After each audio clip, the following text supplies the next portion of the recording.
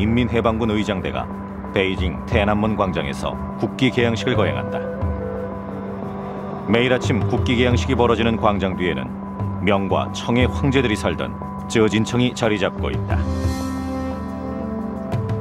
마오쩌둥 시대부터 지금껏 계속되고 있는 국기 개양식과 달리 중국은 변화하고 있다. 지구상에서 가장 영향력 있는 나라 중 하나가 된 중국. 경이로운 경제 성장을 이룩한 중국의 변화는 여전히 현재 진행형이다. 그리고 그 변화는 세계를 바꾸는 중이다. 변화는 전 세계에서 감지되고 있다. 13억 인구를 바탕으로 경제 성장을 이어가려는 중국. 세계를 누비며 질주하는 중국의 오늘을 살펴보자.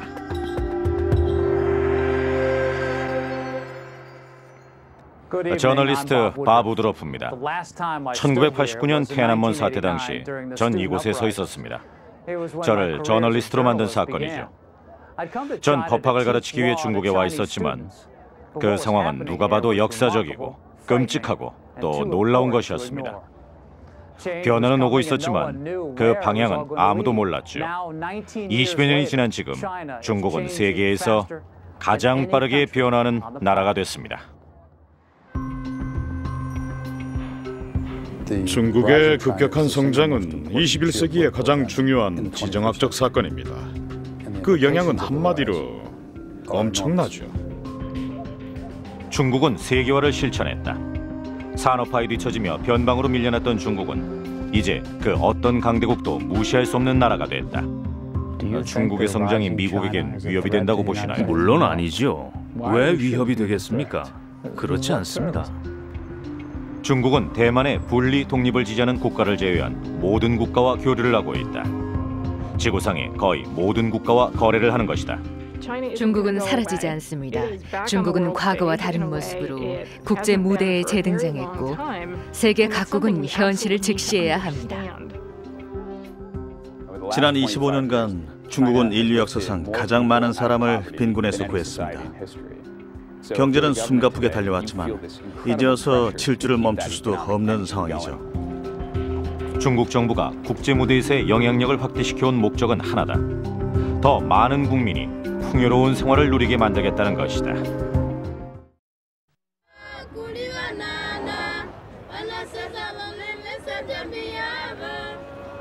앙골라에는 처음엔 알아차리기가 힘들었지만 이젠 무시하기 힘든 사람들이 있다. 아프리카 남서부의 앙골라로 날아온 중국의 건설 노동자들은 이 나라를 바꾸고 있다.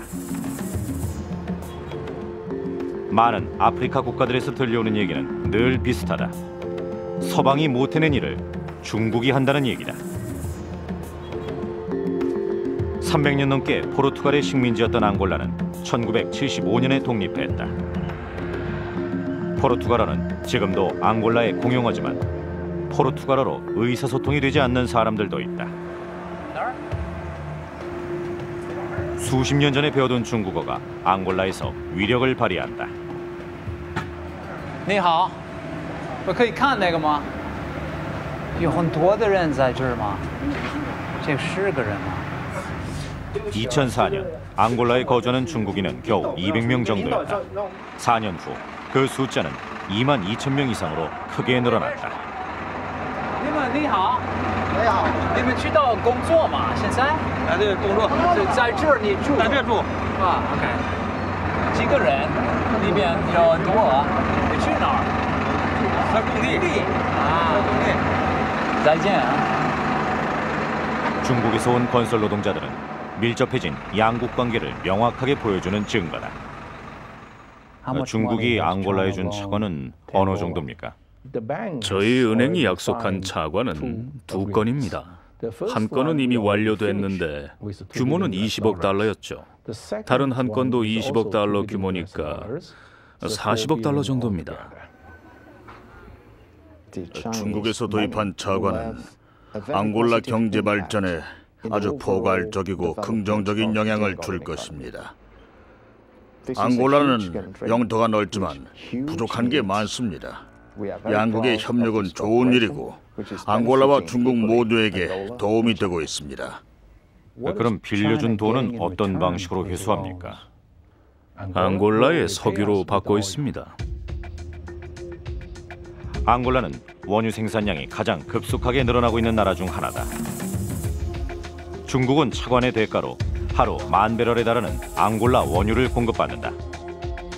차관 제공에 대한 조약이 체결되고 몇 달이 지난 후 중국 국영석유회사는 사상 최초로 앙골라 해상유전 개발권을 따냈다.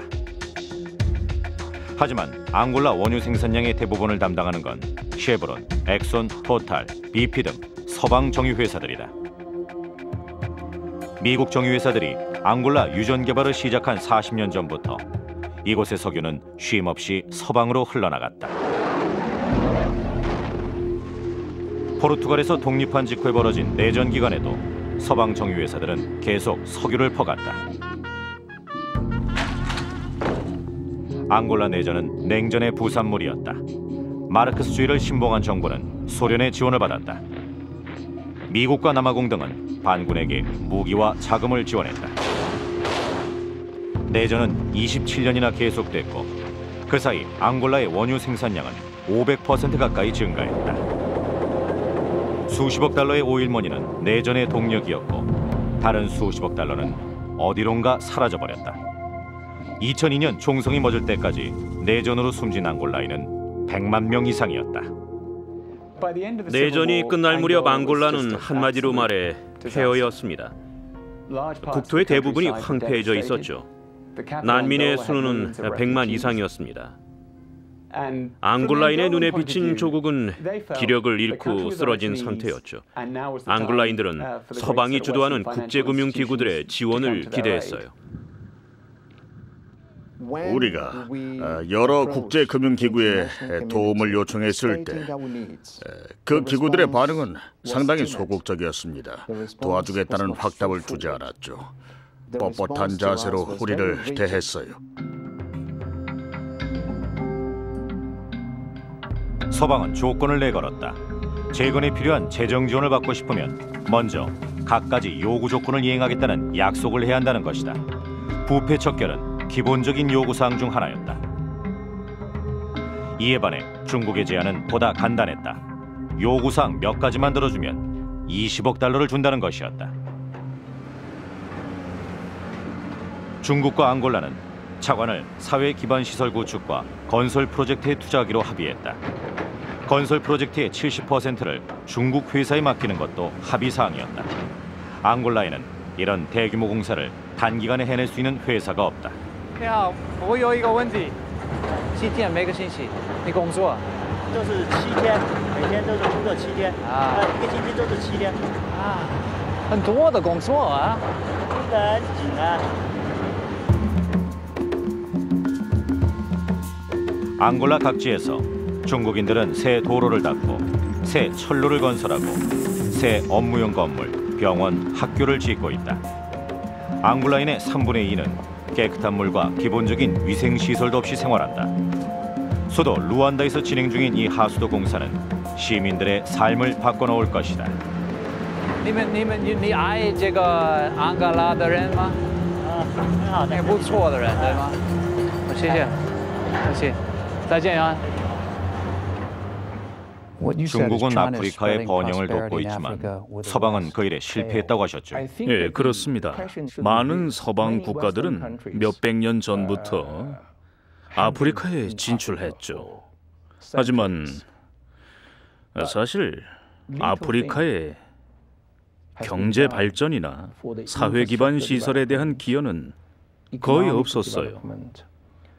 제가 보기에는 그게 바로 서방 국가들의 실패 원인입니다. 중국이 선택한 전략은 훨씬 효과적일 거라고 보십니까? 네, 제 생각은 그렇습니다. 왜냐하면 중국은 다른 나라의 내정에 관여하지 않으려고 노력하니까요. 우리 같은 외부인은 각 나라에 뭐가 좋은지를 말해줄 수가 없습니다. 각국의 문제는 그 나라 국민이 결정해야죠. 하지만 대부분의 경우 그 나라의 국민이 결정하게 하라는 그 나라의 권력층이 결정하게 하라가 된다. 앙골라 대통령의 딸이 소유주인 이 해변 클럽은 루안다 상류층이 이용하는 휴식처다. 앙골라는 대부분의 자산이 극소수의 부자에게 집중된 나라다. 부패가 심하기로 유명한 나라이기도 하다. 상황이 과거보다 나아졌다고 해도 중국의 차관이 앙골라의 청렴도 개선에 도움을 준 것 같지는 않다. 몇 년 동안 중국의 민영기업이 앙골라에서 따낸 계약액 수는 수십억 달러에 달한다. 하지만 수주 과정은 베일에 가려져 있다. 자산은 늘어나고 있지만 앙골라인 대부분은 여전히 하루 2달러 이하의 생활비로 살아간다. 아프리카 각국을 돌며 중국 지도자들은 정치인들을 만나고 계약을 성사시켰다. 그중엔 많은 서방 국가들이 손잡기를 꺼리는 나라들도 적지 않다. 중국과 수단은 무기와 석유를 맞바꾸기로 해 국제사회의 비난을 샀다. 독재 정권이 버티고 있는 짐바브웨, 나이지리아, 나미비아, 모잠비크도 중국의 교역국이다. 중국은 53개 아프리카 국가 중 48개 나라와 경제관계를 맺고 있다. 앙골라는 중국이 이끄는 새로운 세계 질서의 모델일지도 모른다. 앙골라는 분명 변화하고 있다.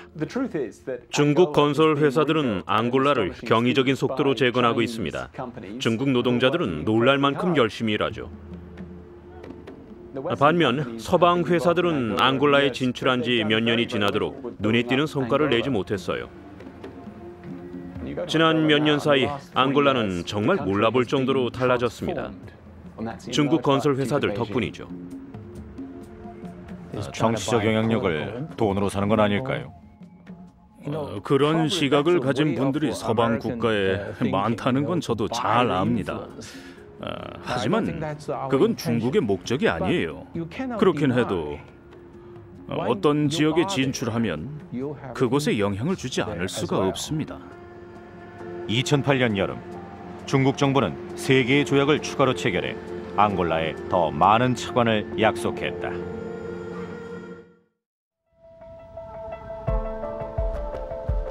(2008년) 곡물 가격이 급등했다는 소식이 연일 헤드라인을 장식했다.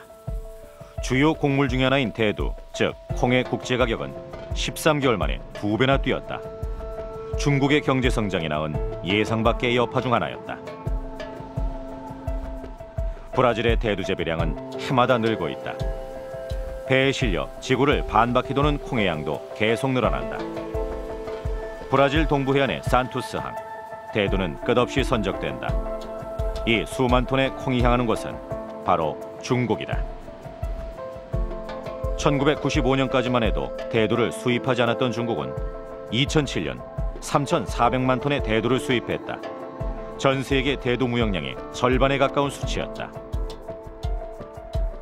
대두 수입량은 중국의 변화를 보여주는 증거다. 농민들의 급속한 도시 이주는 자원의 엄청난 수요를 불러왔습니다. 전기 소비량이 늘어났고 물 사용량이 늘어났죠. 양동이 대신 샤워기를 쓰니까요. 도시화로 육류 수요도 늘었는데 쌀과 채소에 비해 육류는 생산에 투입되는 자원의 양이 훨씬 많죠. 이렇게 많은 사람이 이렇게 빨리 식습관을 바꾼 건 인류 역사상 현대 중국이 처음일 겁니다. 13억이란 인구는 상상하기도 어려운 규모죠. 미국 인구가 3억인데 그것보다 4배 이상 많은 게 중국의 인구입니다. 육류에 대한 중국인들의 수요는 급증하고 있습니다. 이에 따라 가축 사료에 많이 들어가는 대두 수요도 가파르게 증가하고 있고요. 중국 난퉁의 이 공장에서는 휴일도 없이 하루 24시간 가축 사료를 만들고 있다. With this plant, currently we are running 2,000 tons a day. It's totally based on the bucket. So we are constantly trying to receive the beans and move out to finish the product. The faster the better. Faster the better. Every year you're going to make this faster? That's right. And our customers still asking more and more. 마오쩌둥 시대 중국은 국민들이 굶주리는데도 식량을 수입하지 않았습니다. 하지만 이젠 아니죠. 네, 생활 수준이 달라졌으니까요. 필요한 게 훨씬 많아졌죠.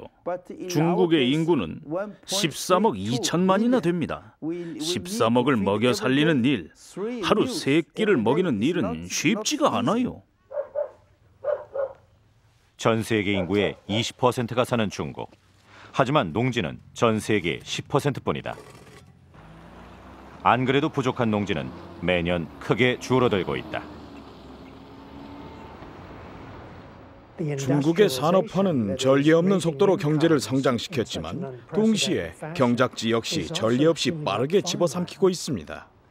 불도저가 쌀과 밀을 기르던 논밭을 갈아엎고 있어요.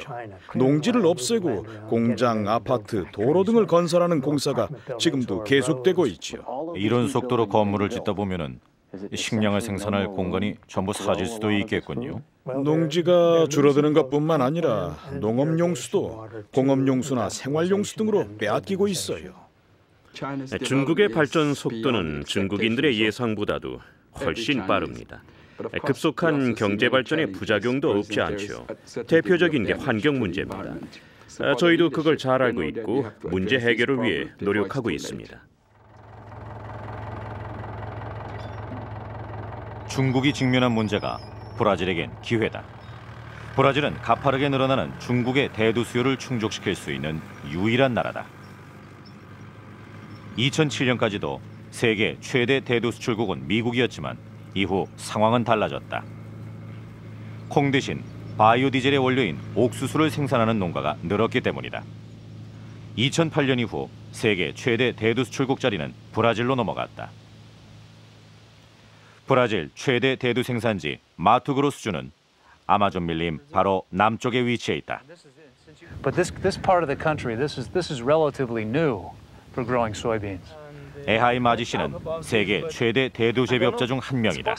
So how many acres are we looking at of soybeans that you've got? Nesta região do Centro-Oeste que tem as maiores áreas do país e do mundo.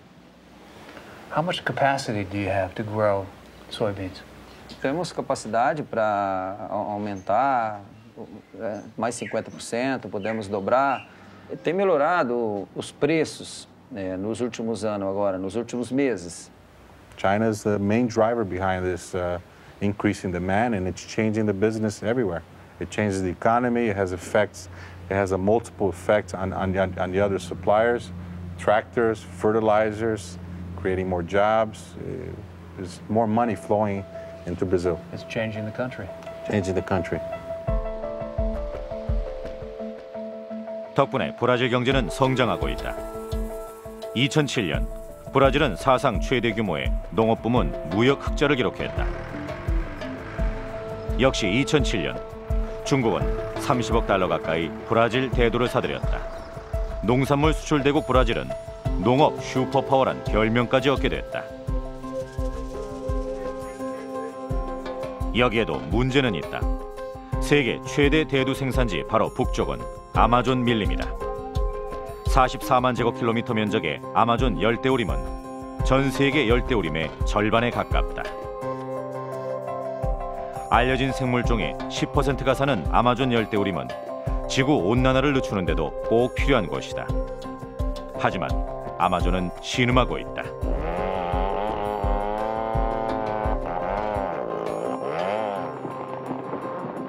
(2007년) 가을부터 아마존 열대우림의 산림 파괴는 급증했다. 미 항공우주국 나사는 아마존 산림 파괴가 대두 가격의 급증과 직결돼 있다는 연구 결과를 내놓았다. 브라질 정부는 여전히 걱정할 게 없다고 말한다. 아마존은 파는 게 아니다라는 말씀을 하셨죠. 그렇습니다. 그럼 수출용 대두의 재배 면적을 늘리기 위해서 열대우림을 잠식할 가능성은 없다는 얘기인가요? 그럴 가능성은 없습니다. 절대 없어요. 생물 다양성을 유지해서 얻는 이득이 대두 재배로 얻는 이득보다 훨씬 더 크기 때문입니다. 브라질 정부는 아마존 열대우림의 산림 파괴를 줄이기 위해 노력하고 있고 앞으로도 그럴 겁니다. 산림 파괴에 대해 중국도 책임을 져야 한다고 보시나요? 아마존은 브라질이 책임질 문제입니다. 우리가 문제를 해결할 겁니다. 2008년 초 브라질 정부는 불법으로 산림을 파괴하고 기른 농작물을 모두 압수하겠다고 밝혔다. 수백 명의 산림 감시원과 경찰을 파견해 산림 파괴를 집중적으로 단속하기도 했다. 브라질은 아마존에 관한 책임이 브라질에 있고 자신들이 산림 파괴를 막을 거라고 하더군요. 그 말은 마치 기후변화는 최대 탄소 배출국 미국 책임이니 미국이 해결할 거란 말과 같습니다. 물론 브라질 정부가 아마존의 열대우림을 보호해야 할 1차적인 책임자이기는 하죠. 하지만 개발의 유혹은 전 세계에서 들어오고 있습니다. 세계는 더 많은 대두와 더 넓은 곡물 경작지를 요구합니다. 아마존의 산림 파괴는 수자원, 식량, 기후, 인구, 토지 등의 요소가 복잡하게 얽힌 문제의 한 단면일 뿐입니다. 중국은 선진국들이 부유해지려고 했던 것과 똑같은 일을 하고 있습니다. 인구가 엄청나게 많기 때문에 더 큰 규모로 더 빨리 그 일을 하고 있다는 점만 다르죠. 오늘 당장 모든 중국인이 미국인과 똑같은 수준의 소비를 하겠다고 마음먹는다면 지구 하나가 더 필요할 겁니다. 사실 확인된 건 많지 않습니다. 지구가 충분한 자원을 갖고 있는지, 중국이 이런 고도 성장을 계속할 수 있을지도 알 수가 없어요. 중국의 토지 부족은 전 세계의 토지 부족이 됩니다. 중국의 물 부족은 전 세계의 물 부족이 되고, 중국의 식료품가 인상은 전 세계의 식료품가 인상이 되지요. 아시아 대부분의 국가에서는 지난 과거를 반성하며 21세기를 포용하려는 노력들이 적지 않다. 캄보디아는 찬란한 문화유산을 가진 나라다. 하지만 캄보디아의 근대사는 많은 이들에게 큰 고통을 안겼고 과거의 악몽은 쉽게 가시지 않는다. 상처는 이제 조금씩 아물어가는 중이다. 빈곤과 부패는 여전히 극심하지만 경제도 성장을 시작했다. 그리고 중국은 이곳에서 가능성을 봤다. Chinese have opened one factory every month in Cambodia since 2 years. For 2 years, every month, yes, China has created another one factory in Cambodia.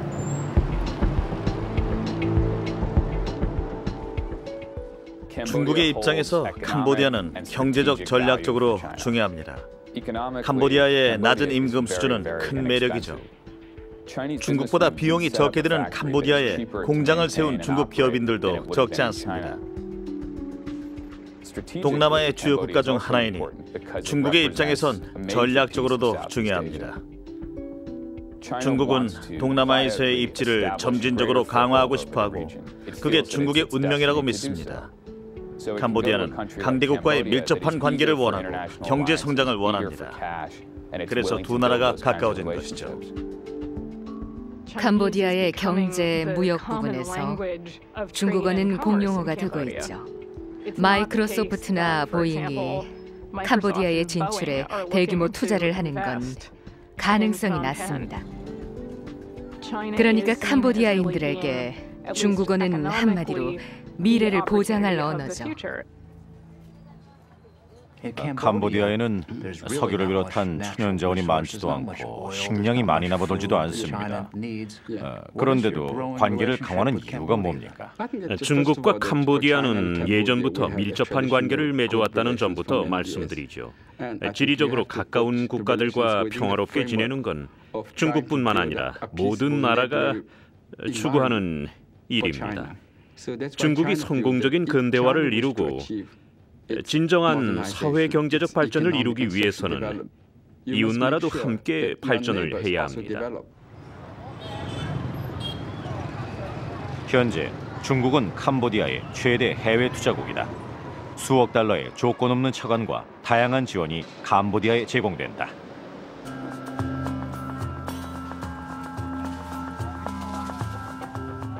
동남아 지도자들 중엔 미국이 몇 년 전부터 이곳에서 발을 뺐다고 보는 이들이 적지 않습니다.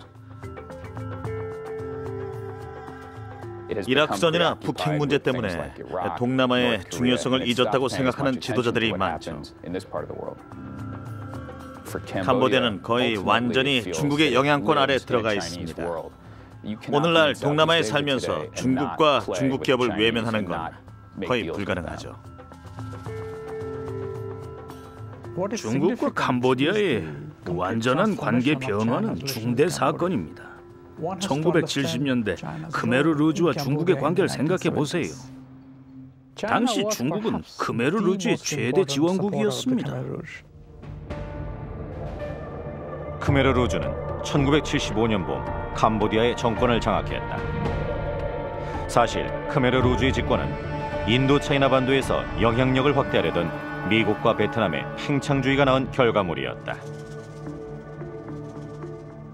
크메르 루즈는 도시인들을 농촌에 이주시킨 뒤 강제로 농사를 짓게 했고 반역의 가능성이 있다며 수많은 사람을 처형해버렸어요. 부모를 처형하는데 자녀들을 강제로 동참시키는 등 인간이 상상할 수 없는 아주 잔혹한 행위를 저질렀습니다. 나치 독일처럼 크메르 루즈도 순수한 캄보디아를 원했다.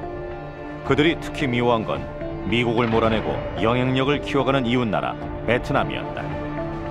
중국은 크메르 루즈를 지원했다. 중국 역시 베트남의 영향력 확대를 원치 않았기 때문이다. 은행 계좌를 개설해 막대한 자금을 보냈죠. 더 중요한 건 중국의 군사적 지원이었습니다. 가능한 모든 지원을 해줬죠. 인민해방군을 직접 파견하는 것 말고는 다 해줬으니까요. 1979년 1월 베트남의 침입으로 크메르 루즈 정권은 무너진다. 하지만 캄보디아인 200만 명은 이미 목숨을 잃은 뒤였다. 중국과 캄보디아 간의 우호 관계는 그리 오래된 게 아닙니다. 중국 정부는 크메르 루즈를 적극 지원했으니까요. 크메르 루즈에 대한 평가는 나라마다 다를 수 있죠. 게다가 그건 이미 다 끝난 일입니다. 중국도 어느 정도는 학살에 책임이 있지 않을까요? 전 그렇게 생각하지 않습니다. 크메르 루즈의 정책은 크메르 루즈가 책임져야죠. 크메르 루즈가 어떤 일을 저질렀든 그건 중국의 책임이 아닙니다. 전 우리 집의 유일한 생존자입니다. 이론을 말하는 게 아니에요. 전 혼자 살아남았어요. 제 아버지도 어머니도 할머니도 형제들도 학살을 당했죠. 전 사실을 말하는 겁니다. 학살의 이유는 저도 몰라요. 예, 압니다. 중국 정부가 당시 크메르 루즈를 지원했다는 걸요. 하지만 이후 캄보디아와 중국 정부는 역사의 새 장을 열기로 약속했습니다. 캄보디아는 중국과의 새 관계에 만족합니다. 중국과 우방 관계를 맺는 건 과거를 망각한 짓이라고 보는 캄보디아 사람들도 물론 있습니다. 중국 정부가 크메르 루즈 정권 당시에 저지른 잘못을 뒤늦게 돈으로 보상하려 한다고 보는 사람들도 존재합니다. 시각이 완전히 다른 사람들도 있습니다. 양국 관계는 지극히 정상적이고 중국이 저지른 잘못은 캄보디아에 폭탄을 퍼부은 미국의 잘못과 다르지 않다고 보는 이들이죠. 그걸 계기로 크메르 루즈가 힘을 얻었으니까요. 캄보디아 사람들은 정치에 신물을 내고 있어요. 대부분의 사람들은 정치 같은 걸 잊고 자기 가족과 관계된 일이나 돈벌이 같은 문제에만 신경을 쓰고 싶어 하죠. 이곳에 오면 캄보디아의 미래가 눈앞에 그려진다. 매일 아침 수도 프놈펜에 위치한 판파 외국어 학교에는 8,000명이 중국어를 배우러 온다. 이곳은 중국 밖에서 가장 규모가 큰 중국어 학교다. So now you're studying Chinese? Yes. Are there many that speak English here? No. I'm the best in English. You're the best one in English?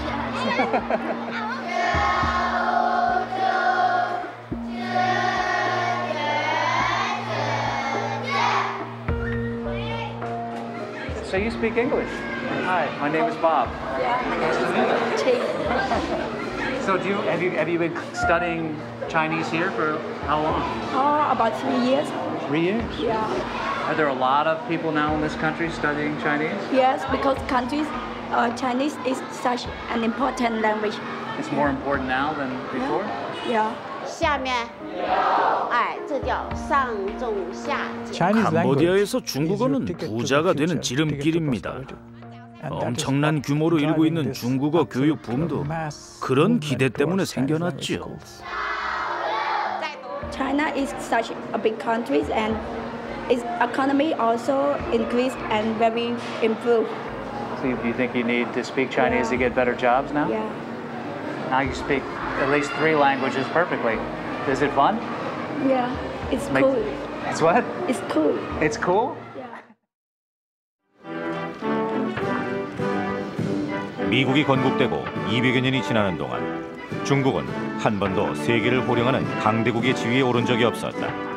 하지만 상황은 달라지고 있다. 집권 후기 부시 미 대통령은 후진타오 중국 주석을 1년에 2번꼴로 만났다. 논의할 문제가 그만큼 많았기 때문이다. 부시는 2008년 베이징 올림픽 개막식에도 참석했다. 티베트 사태 이후 계속된 미국 인권단체들의 불참 요구는 소용이 없었다. 중국은 언제나 대미 관계를 중시해왔습니다. 중국에게 미국은 가장 중요한 동반자죠. 왜 그렇게 중요할까요? 미국은 세계 최강국이기 때문입니다. 미국은 세계 유일의 슈퍼파워로 인정받고 있죠. 그리고 중국은 세계에서 가장 큰 나라입니다. 동시에 전 세계 개발도상국 중에서 가장 중요한 나라기도 하죠. 중국은 미국과 힘을 모아 세계 평화를 유지하고 경제 발전을 안정적으로 지속시키고 싶어 합니다. 경제에 관한 한 미국과 중국은 서로에게 없어서는 안 될 존재다. 중국의 급격한 경제 성장은 미국 경제력이 영국을 추월한 19세기 말 이후의 세계 경제사에서 가장 중요한 사건이다. 중국의 성장은 지금도 계속되고 있다. 중국 경제의 급성장은 미국 등이 중국 상품을 사줬기 때문에 가능했다. 2007년 중국은 대미 수출로만 1조 2천만 달러를 벌어들였다. 중국은 자신들에게 적합한 빈곤 탈출법을 찾아냈습니다. 저렴하게 물건을 만들어서 세계 각국으로 수출하는 것이죠. 놀라운 통계 자료가 있는데요. 현재 중국의 일일 수출액은 1978년에 1년 전체 수출액과 맞먹는다고 합니다. 중국은 세계의 공장이 됐어요. 그 공장의 규모는 상상을 초월할 정도로 큽니다. 중국의 놀라운 경제 성장은 풍부한 인적 자원 덕분에 가능했습니다. 13억이 넘는 인구는 낮은 임금에도 노동력을 기꺼이 제공할 사람이 충분하다는 걸 의미합니다. 다시 말해 24시간 쉬지 않고 공장을 돌릴 수 있다는 뜻이죠. 중국인들은 열심히 일합니다. 선진국 사람들보다 훨씬 잘 참죠. 지난 25년간의 경제 성장은 그런 사람들 덕분에 가능했다고 봅니다. 중국의 경제혁명은 마오쩌둥의 문화혁명이 실패한 일을 해냈다. 수억 명의 인민을 빈곤에서 탈출시킨 것이다. 중국에선 매달 100만 개의 일자리가 생겨난다. 대부분은 수출용 제품을 생산하는 공장의 일자리다. 미국은 중국이 만든 제품을 끝도 없이 빨아들였고 대중국 무역 적자는 해마다 커졌다. 2007년 이곳에서 팔린 중국 제품은 3,200억 달러에 달했다. 의류, 컴퓨터 주변기기, 가전제품, 스포츠용품, 가구만 수백억 달러치가 팔렸다. 중국산 신발은 130억 달러의 판매고를 기록했다. 미국과 중국은 뗄 수 없는 관계가 됐습니다. 동생 관계나 다름없다고도 말할 수 있죠. 미국인들의 전문 분야는 소비였어요. 둘의 공생은 성공적이었습니다. 생활비가 빠듯한 미국인들은 중국산 제품을 끝도 없이 사들였어요. 저렴하면서도 품질이 비교적 괜찮았기 때문이죠. 엄청난 돈이 절약됐다. 모건 스탠리는 지난 10년간 미국 소비자들이 저렴한 중국 제품을 산 덕분에 절약한 금액이 6천억 달러에 달한다는 연구 결과를 내놨다. 미국 회사들도 나름대로 이익을 챙겼다.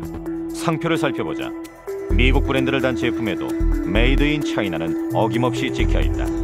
완구회사 마텔, 가전회사 GE, 캐릭터 상품으로 유명한 디즈니도 예외는 아니다. 이것은 중국의 저렴한 노동력과 기술 발전이 이뤄낸 결과물이다. 하지만 미국인들의 일자리를 빼앗아간다는 비난에 중국은 아주 예민하게 반응한다. 중국이 미국의 일자리를 훔쳐가고 빼앗아 간다는 주장은 굉장히 위험한 발상이라고 생각합니다. 미국이 발전을 멈췄다는 말이니까요.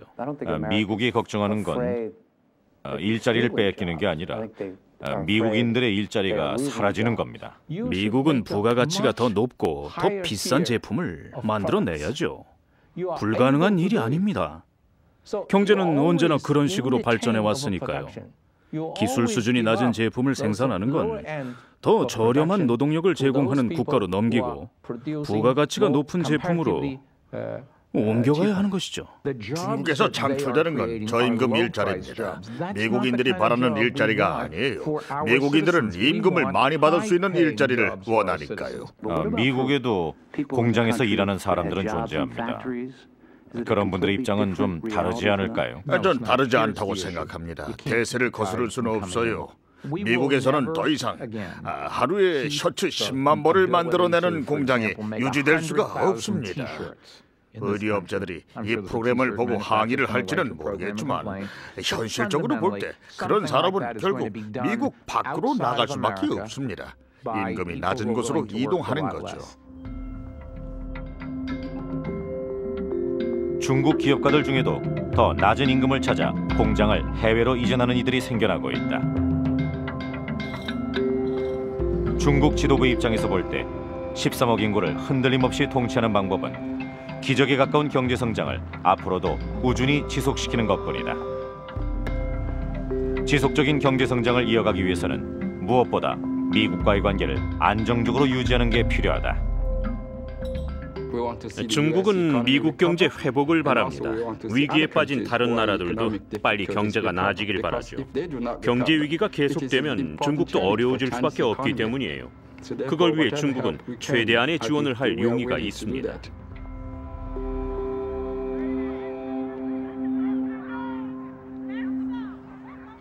중국은 미국인들의 소비가 덜 위축되도록 돈을 대고 있다. 많은 미국인들은 빌린 돈으로 생활한다. 그리고 그 돈의 상당 부분은 중국에서 온 것이다.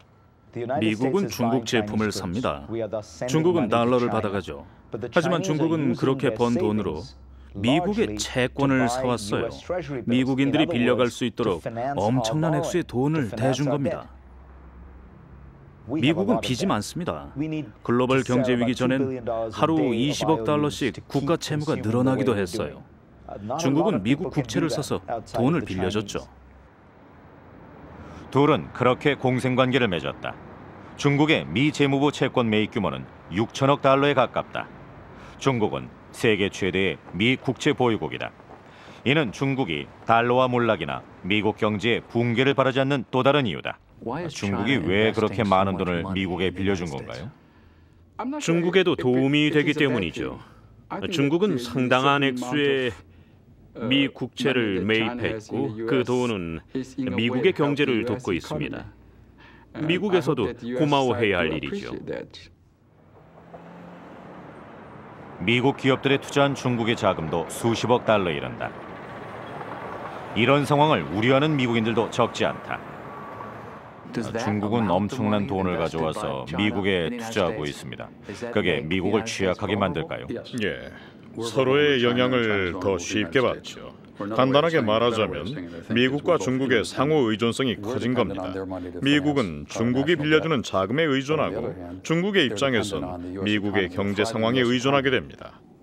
미국의 경기가 좋아야지 중국산 제품이 많이 팔리기 때문이죠. 미국과 중국 모두 서로를 위험하게 할 일은 피할 수밖에 없습니다. 미국인들이 중국 제품을 많이 사 중국 경제가 급격히 성장한 덕분에 중국에서는 미국 제품이나 서비스를 구매해줄 소비자가 매년 급등하고 있다. 경제 위기 전까지 미국의 대중국 수출은 5년간 3배 가까이 증가했다. 세계 각국은 글로벌 경제 체제의 이점과 위험을 정확하게 알아야 합니다. 지난 20년을 한번 돌아보세요. 과거로는 돌아갈 수가 없어요. 중국의 성장은 기정사실이고 각국은 그걸 적절히 이용할 방법을 연구해야 합니다. 다른 방법은 없어요. 흐름에 동참하지 않으면 도태되고 맙니다.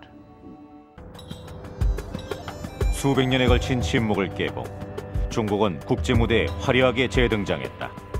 중국은 국제 질서를 서서히 바꿔가고 있고 그걸 세계가 인정해 주기를 바라고 있다.